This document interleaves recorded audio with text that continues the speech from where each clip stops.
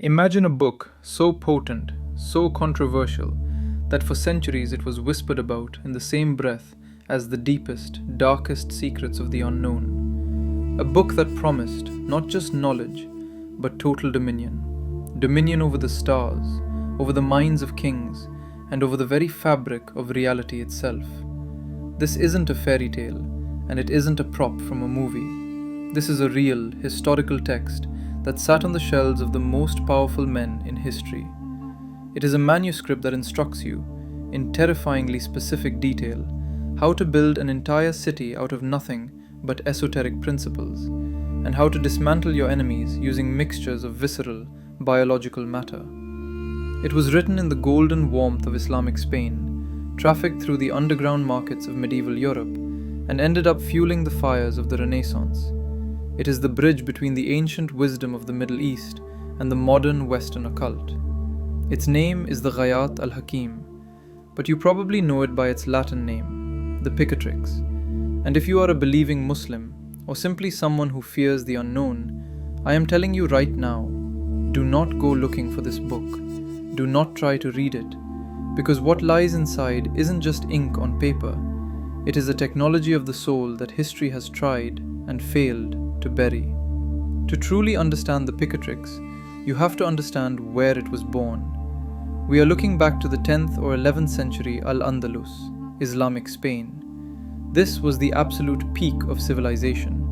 While the rest of Europe was stumbling through the mud of the Dark Ages, the city of Cordoba was a beacon of light, science, and philosophy. It was here that the Ghayat al-Hakim, which translates to the goal of the wise, was composed. For centuries, history attributed this masterpiece to the legendary mathematician and astronomer Maslama al-Majriti. He was known as the Euclid of Spain, a man of immense intellect. It made sense to the people of the time. Who else but a genius could write the ultimate guide to the cosmos? But modern detectives of history, scholars like Maribel Fierro, have uncovered a different truth. The timeline simply doesn't fit. Al-Majriti died around the year 1007, but the text mentions events that happened after his death. The consensus now is that it was written by a pseudo-Majriti, likely a radical philosopher or a member of an underground esoteric sect, perhaps someone like Al-Qurtubi. Whoever wrote it, they weren't just writing a spellbook, they were compiling an encyclopedia of reality. They believed that magic was not a violation of nature, it was nature. It was a science, a techne. The Picatrix isn't about waving a wand and mumbling nonsense words. It is about astral magic. The premise is terrifyingly logical. It suggests that the cosmos is one giant interconnected machine. The stars and planets are constantly beaming down energy, invisible rays that shape everything on Earth. If you know the exact time, the exact alignment, and the exact material, the author claims you can catch that energy like rainwater in a bucket. You can trap the fury of Mars in a sword, or the benevolence of Jupiter in a ring. One of the most haunting concepts in the book is the perfect nature. The text tells us that every sage, every seeker of knowledge, has a spiritual counterpart, a celestial twin. The book offers a ritual to summon this entity. It describes a dark vault deep within the earth, filled with blowing winds. In the darkness, a shape of wondrous beauty appears to you.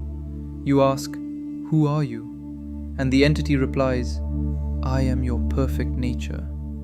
This entity unlocks the secrets of the universe for you. It's a concept that would later obsess Renaissance thinkers. The idea that you have a personal daimon, a guardian of your intellect, waiting to be unlocked. But the Picatrix goes bigger, much bigger. In the 4th section of the book, the author drops a story that sounds like it belongs in a science fiction novel rather than a medieval manuscript. It tells the legend of Hermes Trismegistus, the father of alchemy, and the city he built, the City of Adocentyn. This wasn't built with standard bricks and mortar, it was built with astrology. The text describes a city positioned perfectly to align with celestial powers.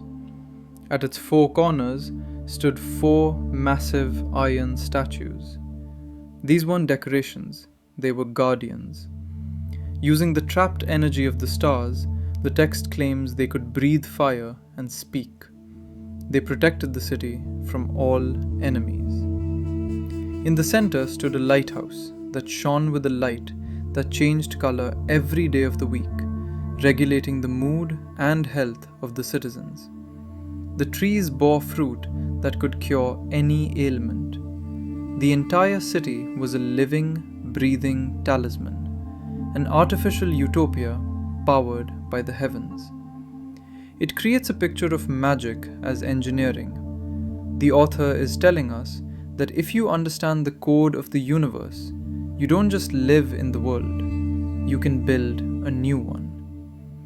However, this is where the Picatrix takes a sharp turn into the darkness. And this is why it was called abominable by the Latin scholars who translated it. You see, trapping the energy of the stars requires a magnet. And sometimes, according to this text, the best magnet for cosmic power is biological. The recipes in this book are not for the faint of heart. They are visceral. They are unsettling. Let's look at a spell for generating enmity and discord, a curse to make people despise one another. The Picatrix instructs you to take the vital fluids and organic matter of a black dog, combined with the visceral remnants of a pig and the brain tissue of a donkey. You are instructed to mix this sludge together and give it to your rivals in their food. There are other rituals that require the organic matter of a gazelle mixed with the vital fluids of a leopard. There is a recipe for a deadly compound that involves nailing a toad to a wooden post, beating it until it swells with rage and venom, and then fermenting its body in a lead vase. Why this obsession with these grotesque ingredients? Because the author believed that these substances were potent with spirit. They were the raw, chaotic materials of life that could hold the charge of the stars. It blends the highest philosophy, Neoplatonism and celestial mechanics, with the lowest, grimiest, most guttural aspects of physical existence. It is high science mixed with the slaughterhouse. Despite the disturbing nature of these ingredients, this book changed the world. In the 13th century, the King of Castile, Alfonso the Wise, ordered it translated from Arabic into Spanish, and later it was turned into Latin. That is when it exploded. It fell into the hands of the thinkers of the Italian Renaissance, men like Marsilio Ficino and Pico della Mirandola. They didn't see the gruesome ingredients and run away. They saw the astral magic and saw a path to divinity. Scholars at the Warburg Institute, legends like Helmut Ritter and David Pingree, have spent decades tracing this lineage. They identified the Picatrix as the main pipeline that brought Hermetic philosophy back into Europe. Without this book, the Renaissance view of man as a magus, a co-creator with God, might never have happened. However, we must end with a word of caution, specifically for the Muslim community and those who hold to traditional faith.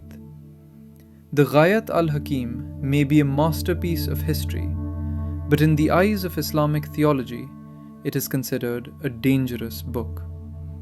The practices described within, invoking planetary spirits, sacrificing animals to stars, and using talismans, fall strictly under the concepts of sorcery and associating partners with the divine.